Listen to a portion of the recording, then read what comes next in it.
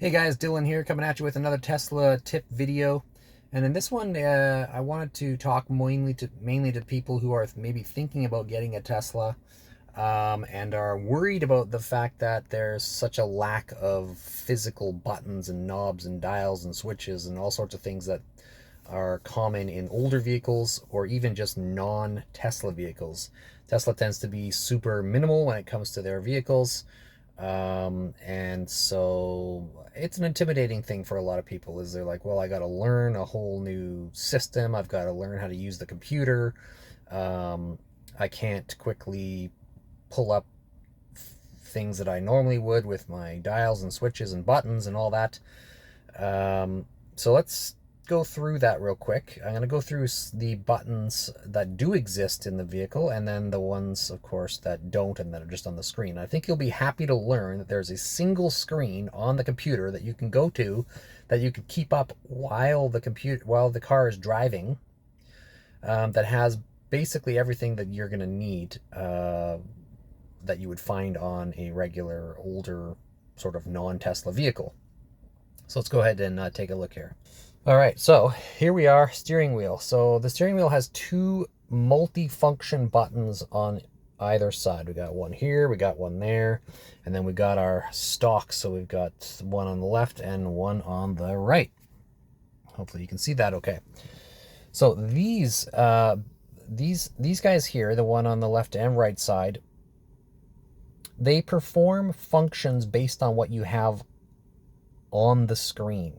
So if you are adjusting your mirrors, then this will become the button that does that for you. But if you're adjusting your steering wheel, then this will also adjust the steering wheel. So it depends on what you have selected on the computer will determine the function of both of these buttons, or I don't even really know what to call them. They're not just a button. They're like, they go left and right, they scroll, and then you push them down as well. So whatever you want to call them, steering wheel controls, that's what they are. So, but they do have sort of a default function. So while you're driving down the road, let's say you're listening to music, or if you're parked and listening to music, this scrolling up and down is your volume.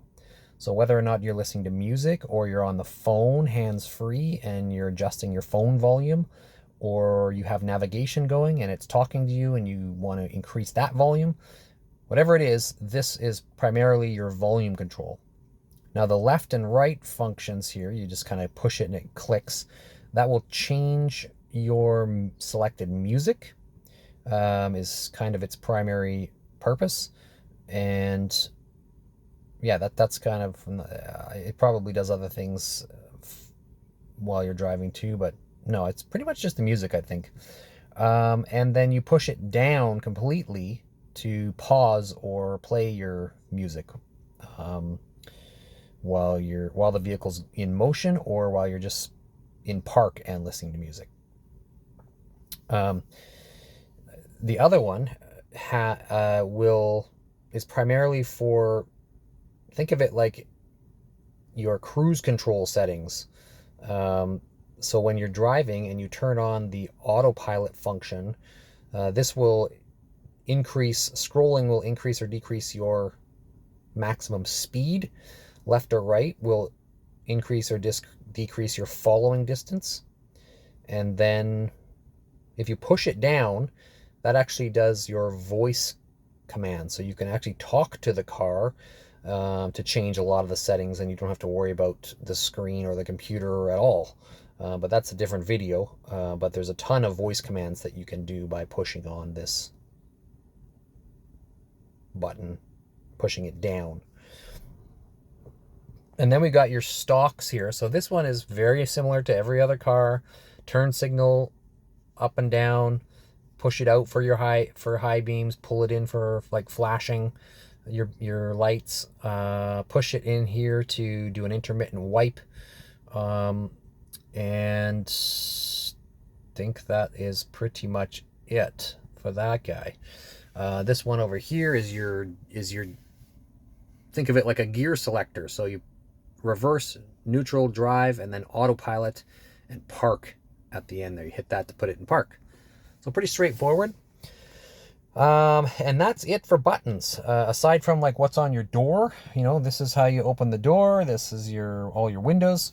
But that's about it for buttons. So there's still a lot of functions that you don't have a button for. And that's where the computer comes in. That's where this screen comes in. So on your screen, there is this picture of the car. You just tap that. It brings up this page here. Now, of course, you have access to all the settings for the entire car, which is the, you know, intimidating part for a lot of people. They just think, oh my God, there's so many settings and so many things that I can change in there. And there is a lot. So for those people who really like settings and features and functions and things like myself, I dig through here all the time, and I want to learn everything there is to learn about this vehicle. But that's not for everybody. For most people, this controls screen here is the one that's on by default when you tap that. And this it's sort of like your favorites, or your like common used functions of the car. So if you just tap that once, it's going to bring up this page, which has pretty much any other function you're going to need while you're driving your vehicle. So you've got your headlights. You can turn them on or off, and they do come on automatically. But if you find that they're not coming on, or it's really foggy or something and it's during the day and they're not coming on by themselves, you can manually turn them on there. This is your automatic high beams. You can turn that on or off. And by the way, when you see dark gray, so anything that has like multiple settings, the selected setting is dark gray and the rest are light gray. But if it's just a single on or off type of option, then it's going to be blue when it's on, and then like gray or something when it's off. Oh yeah, it just goes faded when it's off. So that's the difference there. So the dark grays are the selected option if there's multiple options, and the blue, it means it's on if it's just an on or off setting. So you've got your mirrors here, child lock, window lock, your glove box. That's how you open the glove box, believe it or not. Your wiper settings. Okay, so 1, 2, 3, 4, all your different speeds, or you can again put it on auto and it will do it for you. I find where I live that the auto isn't great because it sometimes rains a tiny bit and sometimes has torrential downpours, and it changes really quickly, and the automatic mode doesn't seem to keep up well, so I frequently have to come in here and just manually change that setting. And you've got your mirrors up and down, your steering adjustments, you can view your recordings, and Sentry mode settings. So that's for your like security system, where it'll record people walking around your vehicle or doing sketchy things. And then this is your brightness of your screen. You can adjust, or you can have it on auto. So that's pretty much where all of the other controls are that you're going to need on a regular basis. So I hope that should take the fear out of, people worrying about not having those settings on a dial or a switch or some other kind of option that they can physically interact with. And you'll remember where these settings are, just like you will remember where the dial is to turn on your headlights. It's the same thing.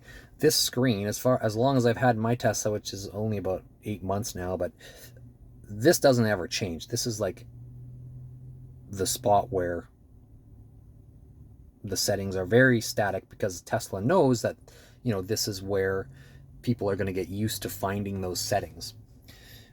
So you don't have to dig through, contrary to popular belief, and what I've heard from people on the forums and on YouTube is that they're a little worried because they think they're going to have to learn how to use this whole computer and every function in order to drive their car, which is just not the case. All you have to do is hit that, and then all of your primary functions are there, along with what you've got on your steering wheel. So it's really not that scary. So I hope that helps with anybody thinking about a Tesla but getting a little worried or intimidated by the lack of controls in the vehicle. All right, guys. Thanks so much, and we will talk to you soon.